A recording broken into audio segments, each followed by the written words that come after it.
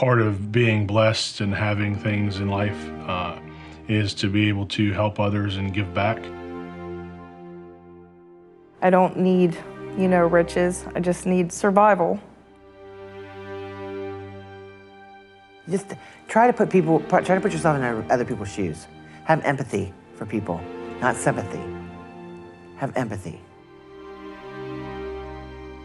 Socialization and human beings and love and respect, those are all key components of who we are. You just gotta be there to listen, for one.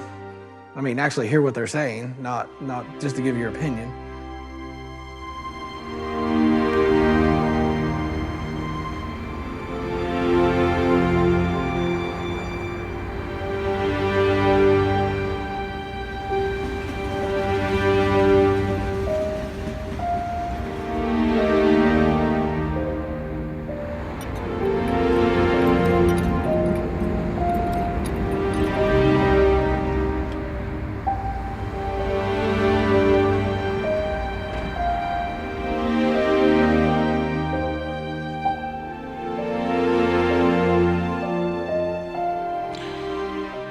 Well, I graduated high school and I went off into the world trying to make my own way.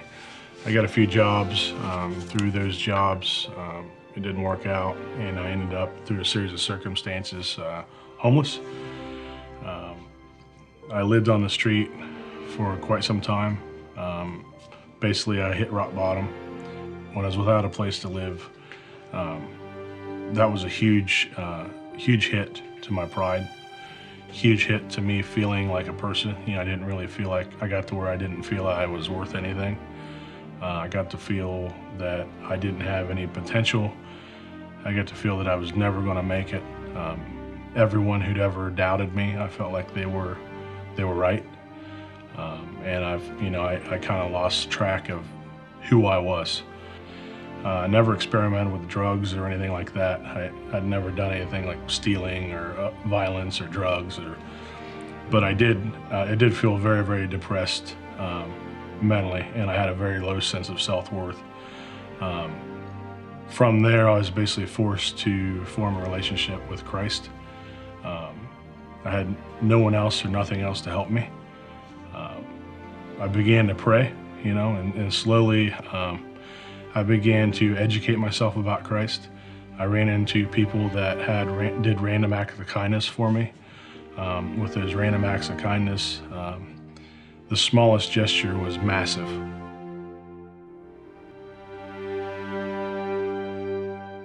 I was ex parte'd out of my divorce, and so it was pretty brutal. My situation, I found that I was sofa surfing. So I made some choices that I didn't really want to make due to the circumstances. I had Lyme's disease, and so I had to recover emotionally from, a mentally and pretty close to toe-the-line physical abusive relationship with my soon-to-be ex-husband. All my life, since I was 18, I was a drug addict of some sort. Now I'm clean I have 5 months clean from everything. I have 13 years clean from crack. That's my longest use. But I did everything and anything to get my drug. And I'm going to do anything and everything I can to stay clean.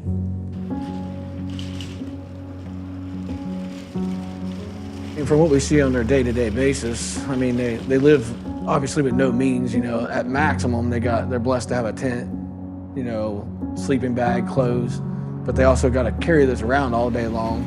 So to find a job is about impossible when you're trying to keep just a little bit of means you have, safe. And obviously there's mental illness, drug addiction. But the hard part for them is to just trust people, because they've been robbed so many times, and in the vicious circle that they live in, they're robbing each other on a day-to-day basis. Even though they don't have nothing, they're still taking a little bit that their friend has, or whoever else on the street. They'll rob them for that little bit because it means so much to them, because, the toothbrush is a lot when you don't have one.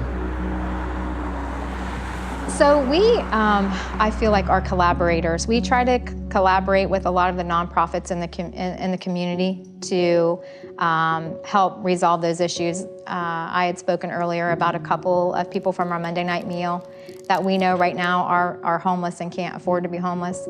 And so we work with Jason and some other churches in the community to try to figure out how can we get them into, into housing out of the cold. It's all a collaboration, like he said, because there's not one reason why people are homeless. And then we also just try to serve, people in our community through free meals. We always have homeless bags here if somebody comes to the door and needs a sleeping bag or needs something, toiletries to whatever that might be.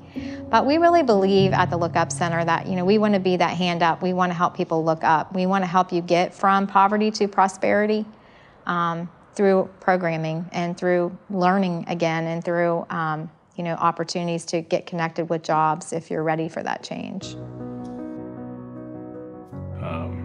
From there, I went off and met somebody, and she allowed me to gain knowledge to being able to get student loans. I didn't know anything like that was even possible. I was given some student loans, and I was able to go to college. I got a great education. I gave it my all. I scored very, very well.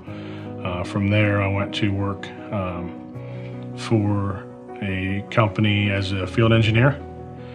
And when I was working there, that's where I gained a lot of my access to different technologies.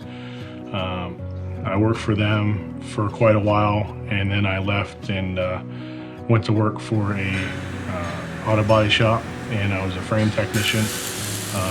I was able to gain knowledge to how to work with metals and fatigue metals and make metals move by use of different processes versus just raw force.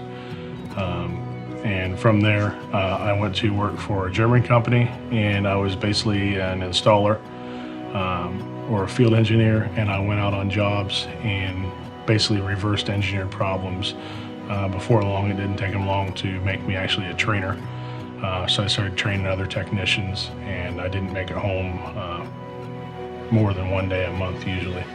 And I left that company, and I started Patriot in 2010 and a half unofficially, and started going out and trying to gain market share.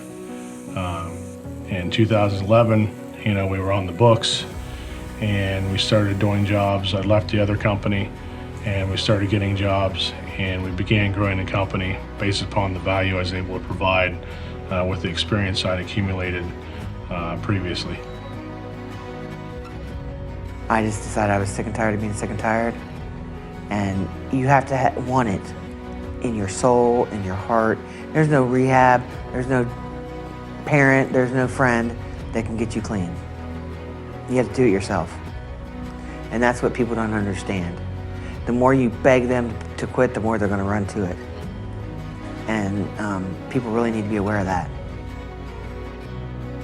It took a lot of people loving me and continuing to stand beside me, and that was part of the Look Up Center's major part for me, is that no matter what, they didn't give up on me, even when my job didn't work out, when things didn't go as everybody had hoped. We all want to just jump right off into the system and it work beautifully, but it did not happen in my case. So for them to still be with me,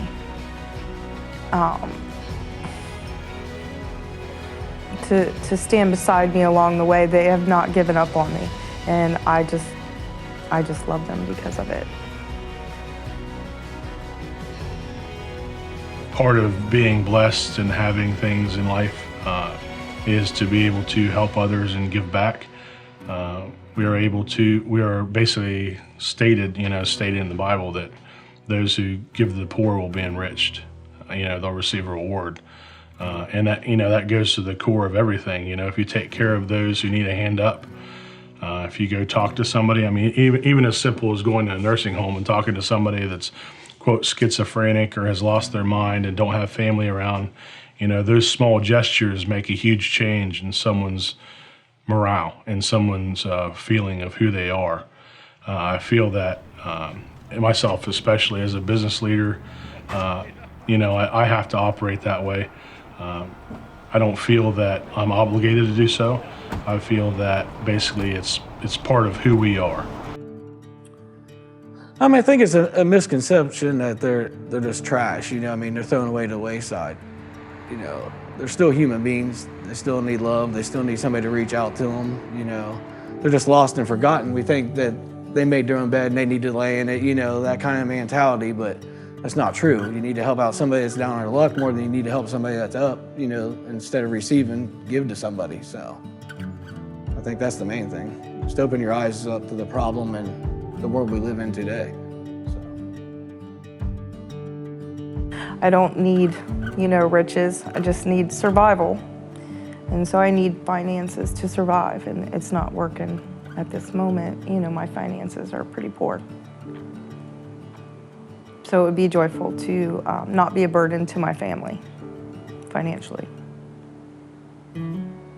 Socialization and human beings and love and respect, those are all key components of who we are as dictated by the man above. So when you see somebody out, and they're laying underneath the bridge, just remember that you could be there one day. They were like you one day. Something could have happened, they could have lost a loved one and the government foreclosed on their home, or they got divorced and they lost all hope. There's a reason why they're where they are. And just remember that they're a human being, and it's important to nurture that fact. And if you have something to give and you feel compelled, do something to help them, even if it's just a minute of your time. It doesn't take money, it doesn't take food or clothes or a car or any of that to try to give back. It's as simple as basically just a little of your time and respect, a little compassion. A lot of these people, I see them and they've basically lost hope. They just sit there and they're lifeless and they have no hope, no drive, no motivation.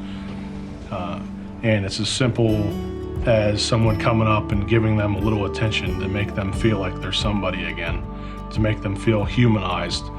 That will basically drive them to want to seek more of that attention.